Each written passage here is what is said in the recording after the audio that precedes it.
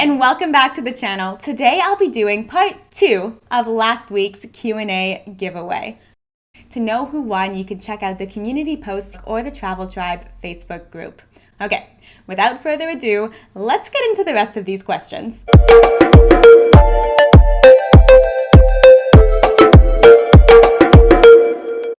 How old are you? I'm 25 and I started working online and traveling like this when I was 21.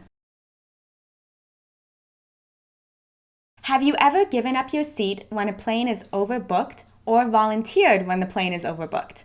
Yes, I've done both and I will always continue to do it, and I advise you to do it as well. I go a step further. I don't just volunteer. I will check the seat map before I go board, several hours before when I'm checking in, and if it looks like it's relatively full, I'm going to go straight to the gate and let them know that I am willing to volunteer.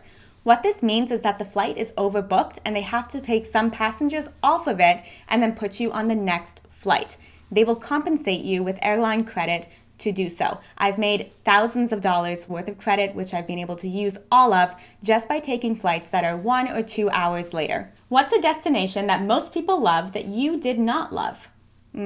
First one that comes to mind is Paris. I feel like it's been romanticized my whole childhood growing up. A lot of my girlfriends, they dream of going to Paris, but then you actually go there and I don't know, maybe it just didn't match what I had envisioned in my mind. It's dirty, it's busy. I think it's somewhere I need to spend more time to start to appreciate more. How much of your time do you spend working at a computer versus actually enjoying your travels?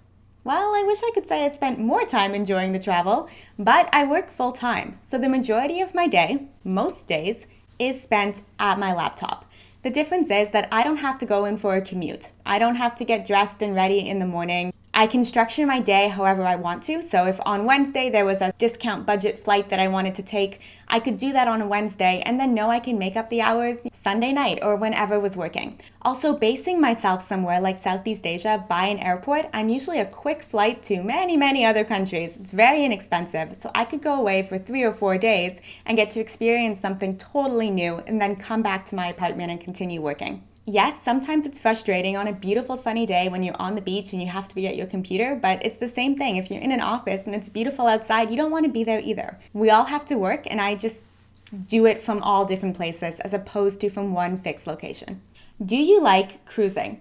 I actually got this question quite a bit, which was a little bit surprising to me. No, I don't particularly enjoy cruising because if I'm going to travel somewhere, I would rather be out where I can explore. Being confined on a cruise ship isn't really my ideal vacation. And also on cruise ships, the internet is notorious for being really slow and usually really expensive. If I was going to go somewhere off-grid where I couldn't get internet and make it a vacation, I would rather do that in somewhere like Africa and climb Mount Kilimanjaro, as opposed to being on a cruise ship. That being said, I have been on one cruise and it was an incredible experience. I did it with my family. This is a perfect option if you have teenagers and you don't necessarily want them roaming off on their own for the entire trip. They're confined to the boat. There's plenty of activities, so you can do your own thing.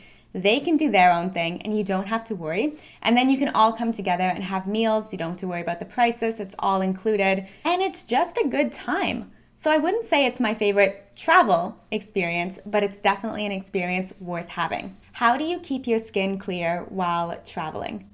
I wish I could say that I did, but the truth is that when you travel, you're going to be experiencing a totally different diet, different climates, heat, humidity, and you never know how your skin is going to react.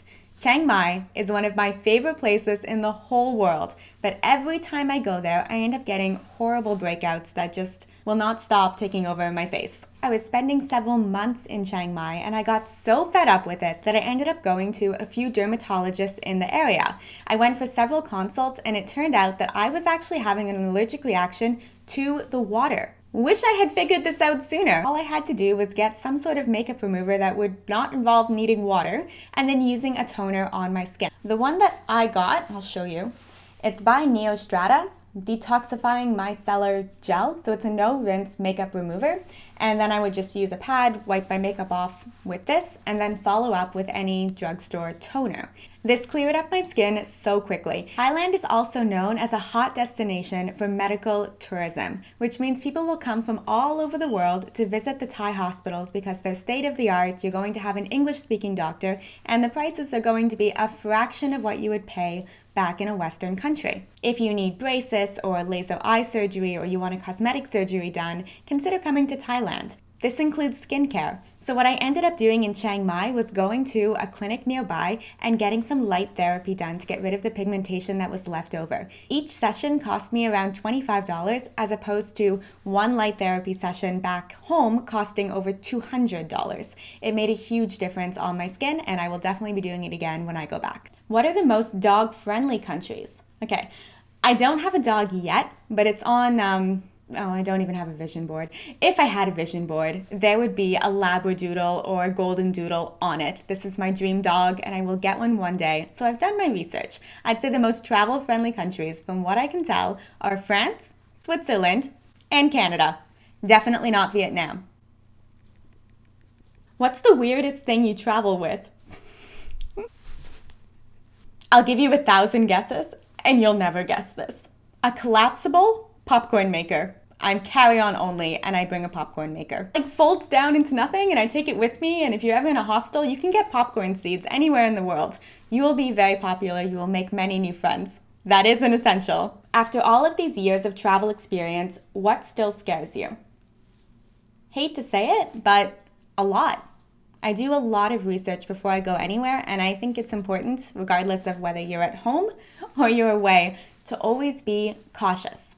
What tends to scare me the most is honestly traveling by land, whether that be by motorbike, whether I'm walking or I'm on a bus. Many of the countries I've traveled in have high accident rates on the roads, generally because of poor road conditions or inebriated drivers or drivers that just should not be on the road. This stuff is uncontrollable and can happen anytime. I'm definitely more nervous about something unexpected happening while I'm on the road than I am from being attacked by another person or an animal. Except for when I was in Bali, I was chased by some street dogs and ended up in the fetal position in an alley. And if some Balinese man didn't come out banging garbage cans together, I don't know how that would have ended. Also, natural disasters.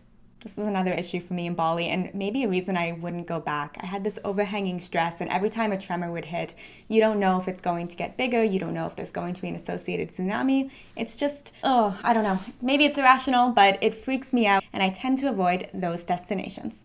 What gear do you use for filming? Well, what you're seeing right now is being filmed on the webcam of a MacBook Air, and then I'm capturing sound, with this guy, which is a Blue Yeti microphone, and it's definitely something I wish I had bought sooner. If you've seen some of my older videos, the sound quality is slightly very cringy.